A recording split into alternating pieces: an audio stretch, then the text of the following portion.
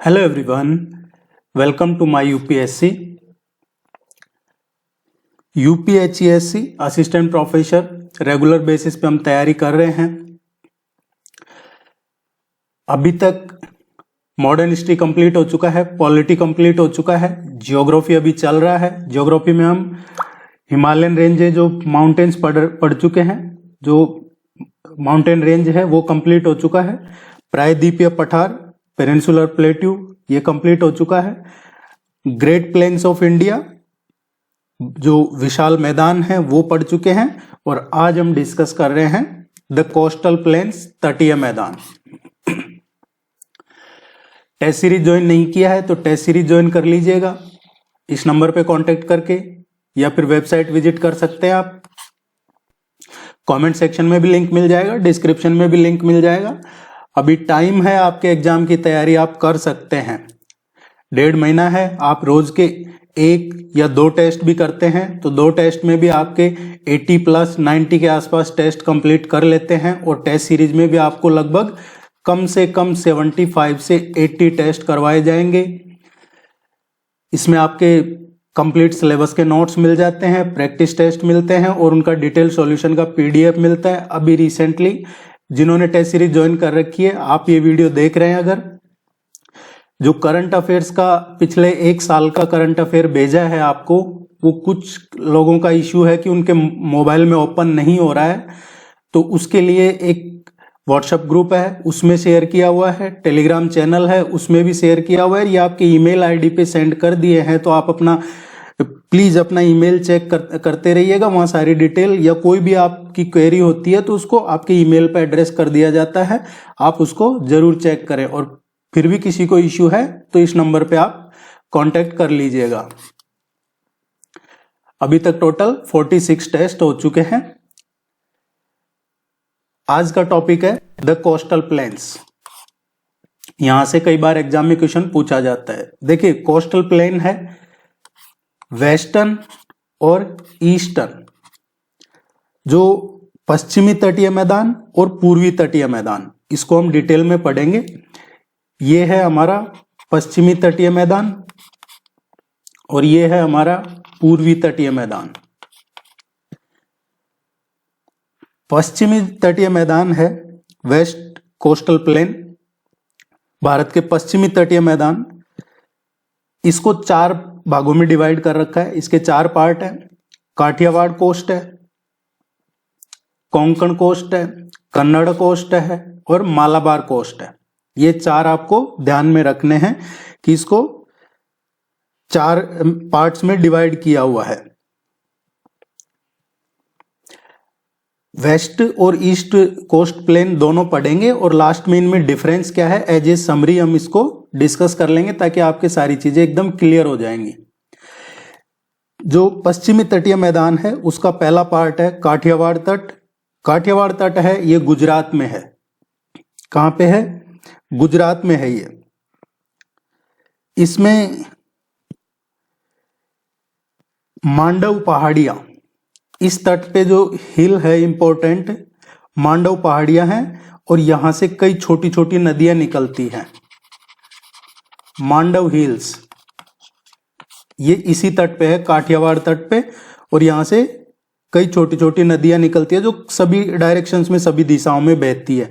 एक इस तट पे और है गिरनार, गिरनार हिल्स है, वो भी काठियावाड़ तट पे ही है। और गिरनार, इस जगह का, गिरनार हिल्स का सबसे ऊंचा जो स्थान है वो गिरनार ही है। गिर पर्वतमाला ये काठियावाड़ प्रायद्वीप में है। स्पेशली काठियावाड़ कोस्ट की बात करें तो इसके साउथ साइड में है, ये इसके सदर्न रीजन में है गिरनार पहाड़ियां, या गिर पर्वतमाला भी कहते हैं उसको, जहां गिर के शेर, जो गिर शेर का निवास स्थान है, गिरलॉइंस पढ़ा होगा आपने, वो यहीं पे है काठियावाड़ रीजन में, गिर हिल्स में, जो गिरनार हिल्स है इसमें।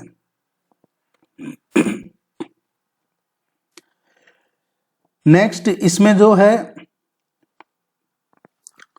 देखिए साबरमती नदी है, साबरमती, या फिर साबरमती के अलावा देखें तो माही रिवर है, नर्मदा है या फिर ताप्ती है,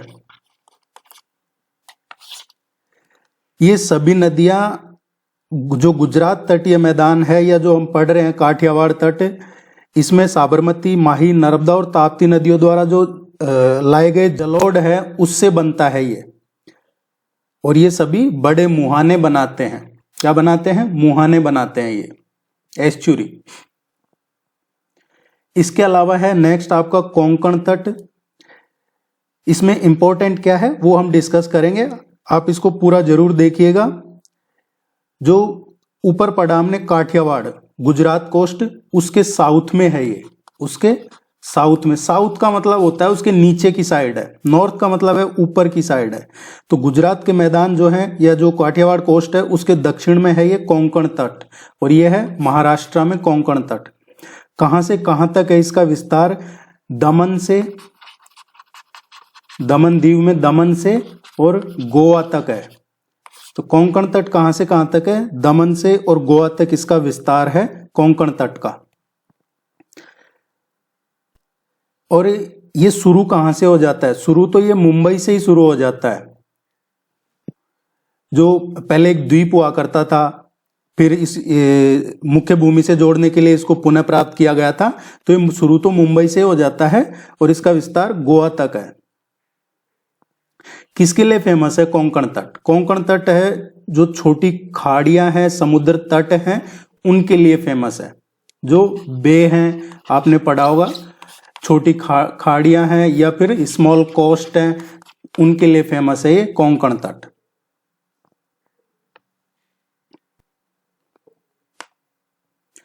कन्नड़ कोस्ट है, कर्नाटका, ये कोंकण के साउथ में है। जो कोंकण है उसके नीचे की साइड है कन्नड़ तट, उसके साउथ की साइड में है, नीचे की साइड में। और ये कहां से कहां तक है? गोवा से और मैंगलोर तक, गोवा टू मैंगलोर। मैंगलोर कर्नाटका में है, तो गोवा से और मैंगलोर तक है कन्नड़ तट।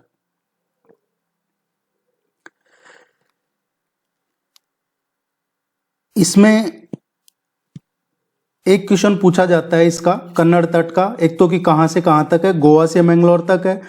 दूसरा यहाँ क्या है कि जो वेस्टर्न घाट में है, हम अभी पश्चिमी तट पढ़ रहे हैं, तो ये पश्चिमी तट वेस्टर्न घाट साइड में है। यहाँ पे क्या होता है कि जो यहाँ से जो धाराएं निकलती है पश्चिमी घाट से, वो क्या है, खड़ी ढलान में बहती है। इस तरीके से, इस तरीके से, इस तरीके से खड़े ढलान में बहती है, मतलब एकदम वर्टिकल टाइप में खड़ी ढलानों के साथ उतरती है। और यही वजह है कि वो झरने बनाती है। जैसे हम एग्जाम्पल ले, सारावती रिवर है, सारावती रिवर है वो यहीं पे है, कन्नड़ तट, ये कन्नड़ कोस्ट कर्नाटका में सारावती रिवर। और ये ढलान से उतरती है और उतरते टाइम क्या बनाती है? जोग, जोग वाटरफॉल पड़ा होगा ना, दुनिया के जो सबसे ऊंचे झरने हैं उनमें से है ये जोग वाटरफॉल कर्नाटका में, और ये सारावती रिवर पे है। तो ये यहाँ इस रीजन की नदियां, कन्नड़ कोस्ट पे जो रिवर्स हैं, ये ज्यादातर झरने बनाती है, क्योंकि ये खड़ी धाराएं यहाँ से ढलानों के साथ उतरती है और झरने बनाती है। ये इंपॉर्टेंट चीज है जो आपको ध्यान में रखनी है कि झरने ज्यादातर यहाँ क्यों हैं, क्यों बनाती है? क्योंकि वो खड़े ढलान से उतरती है। नेक्स्ट है मालाबार कोस्ट है, मालाबार तट, ये केरला में है। मैंगलोर टू कन्याकुमारी, मैंगलोर टू कन्याकुमारी तक है जो मालाबार कोस्ट है। ये कर्नाटक के मैदान से चौड़ा है, ये ध्यान रखना है, कर्नाटक के मैदान से चौड़ा है। आगे ये चौड़ा है ये इसलिए बताया क्योंकि आगे हम जब इसको समरी में डिटेल में पढ़ेंगे तो वेस्टर्न कोस्ट है वो कम, वो नैरो है, जबकि ईस्टर्न कोस्ट है वो नैरो नहीं है। लेकिन वेस्टर्न कोस्ट में भी ये जो एरिया है ये बाकी के कंपैरिजन में थोड़ा चौड़ा है। यहाँ ये किसके लिए फेमस है? लेगून है, बैक वाटर है, इनके लिए ये फेमस है। जैसे एक क्वेश्चन पूछा जाता है कयाल का, पिछली बार ही पूछा था कयाल का। कयाल केरल में जो बैक वाटर हैं उनको कयाल के नाम से जानते हैं। खारे पानी की झीलें, बैक वाटर उनको कयाल के नाम से जानते हैं। जो समुद्र तट के समानांतर चलने वाले जो उथले लैगून है या इनलेट हैं, उनको कयाल कहते हैं। और इस जगह की विशेषता भी यही है, जो मालाबार कोस्ट है, केरला कोस्ट, ये चौड़ा है, ऊंचा, ये एक निचला मैदान है। इसकी जो स्थलाकृति है, जैसे झीलें, लैगून, बैकवाटर, स्पिट्स यहाँ उपस्थित है। यही इस मैदान की मुख्य विशेषता है। केरल के बैकवाटर को ही कयाल के नाम से जाना जाता है, जो समुद्र तट के समांतर चलने वाले उथले लैगून है या इनलेट है। यहाँ पे एक रामसर वेटलैंड है, वेम्बनाड लेक। वेम्बनाड लेक है, ये सबसे बड़ी बैकवाटर है, सबसे बड़ी बैकवाटर है वेम्बनाड लेक। और ये यहीं पे है, इसी तट में। ये पूछा जाता है कई बार एग्जाम में, वेम्बनाड लेक का क्वेश्चन, तो ये आपको ध्यान में रखना है।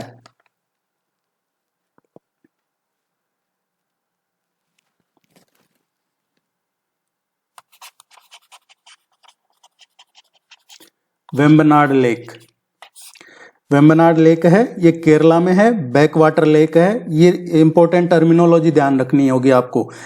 लैगून, झील, बैकवाटर, कयाल। तो ये था हमारा वेस्टर्न कोस्ट। इसके 4 पार्ट थे, जो जिनमें समरी आपको ये ध्यान रखनी है। आपके एग्जाम के लिए जो इंपॉर्टेंट है वही पढ़ रहे हैं हम। अब पढ़ते हैं हम पूर्वी तटीय मैदान है। पूर्वी तटीय मैदान क्या है? इसको अलग अलग नामों से जाना जाता है। इसको अलग अलग नामों से जाना जाता है। और वो अलग अलग नाम क्या है? जैसे एक तो जो पूर्वी तटीय मैदान है, ये उभरता हुआ है, यानी इसकी जो रूपरेखा है वो नियमित है। पट्टियां, समुद्र तट, रेत की लकीरें, लैगून है यहाँ पे, और इसको अलग अलग नाम से जाना जाता है। जो पूर्व की ओर नदियां बहती है वो ज्यादातर टेढ़े मेढ़े रास्तों का अनुकरण करती है, जबकि जो पश्चिम की तरफ नदियां बहती है वो इनकी तुलना में अधिक चौड़ी होती है। इसलिए पूर्व की ओर जो नदियां बहती है वो डेल्टा बनाती है, और पश्चिम की ओर जो नदियां बहती है वो एस्चुरी बनाती है। एस्चुरी मीन्स ज्वार नदमुख या मुहाना है, वो पूर्व की ओर बहने ये नदियां बनाती है, जो पश्चिम की ओर बहती है। पूर्व की ओर बहने वाली डेल्टा बनाती है। अब उत्तरी सरकार, उत्तरी सरकार क्या है? ये महानदी, महानदी और इसमें है कृष्णा। महानदी और कृष्णा के जो बीच का रीजन है, जो बीच का तटीय मैदान है, इसको उत्तरी सरकार के नाम से जाना जाता है। जैसा अभी हमने डिस्कस किया कि इसको अलग अलग नामों से जाना जाता है। तो उत्तरी सरकार कौन सा रीजन है? महानदी से और कृष्णा नदी, कृष्णा के बीच का। कर्नाटक की बात करें, कर्नाटक रीजन, तो कृष्णा से, कृष्णा रिवर से और कावेरी, कृष्णा से कावेरी के बीच का जो पूर्वी तटीय खंड है उसको कर्नाटक के नाम से जानते हैं। इसमें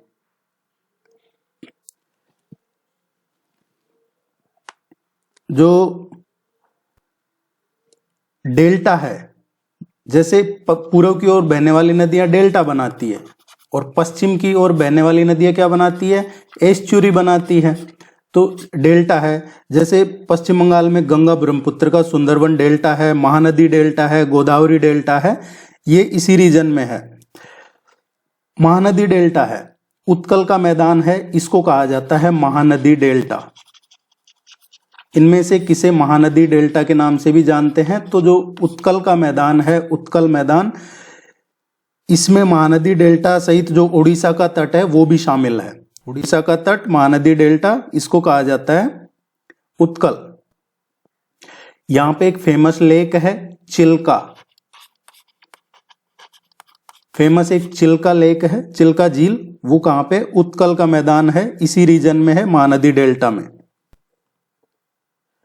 आंध्र का मैदान, आंध्र का मैदान है, ये इसके साउथ में है, नीचे की ओर, उत्कल का मैदान के नीचे की ओर। और ये कहां से कहां तक फैला हुआ है आंध्र के मैदान? उत्कल मैदान के दक्षिण में, और ये है पुलिकट लेक तक। जो पुलिकट लेक है वहां तक फैला हुआ है, पुलिकट झील है, वहां तक फैला हुआ है आंध्र का मैदान। और ये किसके लिए फेमस है? कृष्णा और जो गोदावरी रिवर है, कृष्णा गोदावरी डेल्टा, इसमें यही आंध्र के मैदान में इसके ये निर्माण होता है यहाँ पे। इसकी मुख्य विशेषता यही है आंध्र के मैदान की कि एक तो ये उत्कल मैदान के दक्षिण में है, पुलिकट झील तक फैला हुआ है, और इस मैदान की मुख्य विशेषता गोदावरी और कृष्णा नदियों द्वारा जो डेल्टा का निर्माण किया जाता है यहाँ पे, एक सीधा तट है ये। नेक्स्ट जो तमिलनाडु का मैदान है, तमिलनाडु का मैदान ये पुलिकट लेक से और कन्याकुमारी तक है। पुलिकट लेक से और कन्याकुमारी तक का जो मैदान है वो है तमिलनाडु का मैदान। लगभग 650 किलोमीटर तक फैला हुआ है ये। और जो कावेरी डेल्टा है, कावेरी डेल्टा वो इसी रीजन में है। एक क्वेश्चन और हमसे पूछ लिया जाता है।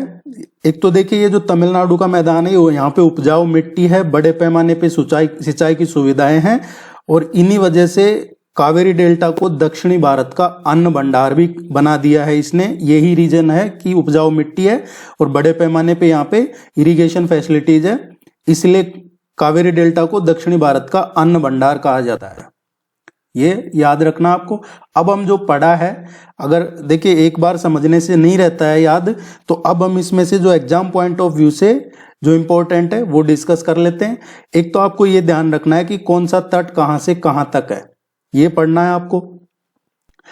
इससे पहले आप इसको वीडियो को लाइक जरूर कीजिएगा, चैनल को सब्सक्राइब कर लीजिएगा, वेबसाइट विजिट कर लीजिए। टेस्ट सीरीज के लिए आपसे रिक्वेस्ट रहेगा कि चैनल को सब्सक्राइब जरूर करें। टेस्ट सीरीज के लिए इस नंबर पे भी कांटेक्ट कर सकते हैं आप, और कोई भी इश्यू हो कमेंट सेक्शन में पूछ सकते हैं। डिफरेंस क्या है, ईस्टर्न और वेस्टर्न कोस्टल प्लेन है, इसमें फर्क क्या है? देखिए वेस्ट कोस्ट है और ये है ईस्टर्न कोस्ट, इन दोनों में फर्क क्या है? ये नैरो है, सकड़ा है, जबकि ये चौड़ा है, वाइडर है। एक तो ये चीज है। पश्चिमी जो कोस्टल प्लेन है वो थोड़ा सकड़ा है, जबकि पूर्वी है ये वाइड है। ये कॉन्टिन्यू है, कॉन्टिन्यूअस है, जबकि ये कॉन्टिन्यूअस नहीं है। ये जो कई माउंटेन्स हैं उनकी वजह से इंटरसेक्टेड हो जाता है, intersected by various mountains of western Ghat. यहाँ वेस्टर्न घाट में कई माउंटेन्स हैं, उनकी वजह से ये इंटरसेक्ट होता है, कंटिन्यू नहीं रन करता है। जो पश्चिमी कोस्टल प्लेन है ये फॉर्म करता है एस्चुरी, मुहाना एस्चुरीज बनाता है ये, जबकि यहां पे क्या होता है, पूर्वी साइड में डेल्टा, ये फेवर करता है हार्बर्स को। हार्बर्स क्या है? बंदरगाह। ये पश्चिमी तट है, ये बंदरगाहों के लिए को सपोर्ट करता है, बंदरगाहों के लिए ये सही है। जबकि जो पूर्वी तट है ये फेवर नहीं करता फॉर्मेशन ऑफ जो हार्बर्स हैं, और उसकी वजह है क्योंकि यहाँ पे एक वाइड कॉन्टिनेंटल शेल्फ है, वाइड कॉन्टिनेंटल शेल्फ है जो उथला हुआ है, पानी में थोड़ा डूबा हुआ है, उस वजह से यहाँ बंदरगाह नहीं है। हालांकि विशाखापट्टनम बंदरगाह है, मछलीपट्टनम बंदरगाह इसी रीजन में है, लेकिन बहुत मुश्किल है, ये फेवर नहीं करता है जो हार्बर हैं उनके लिए। जबकि जो पश्चिमी कोस्टल प्लेन है ये बहुत फेवरेबल है बंदरगाहों के लिए।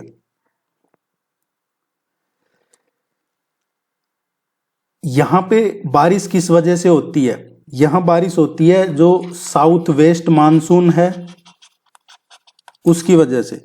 किसकी वजह से?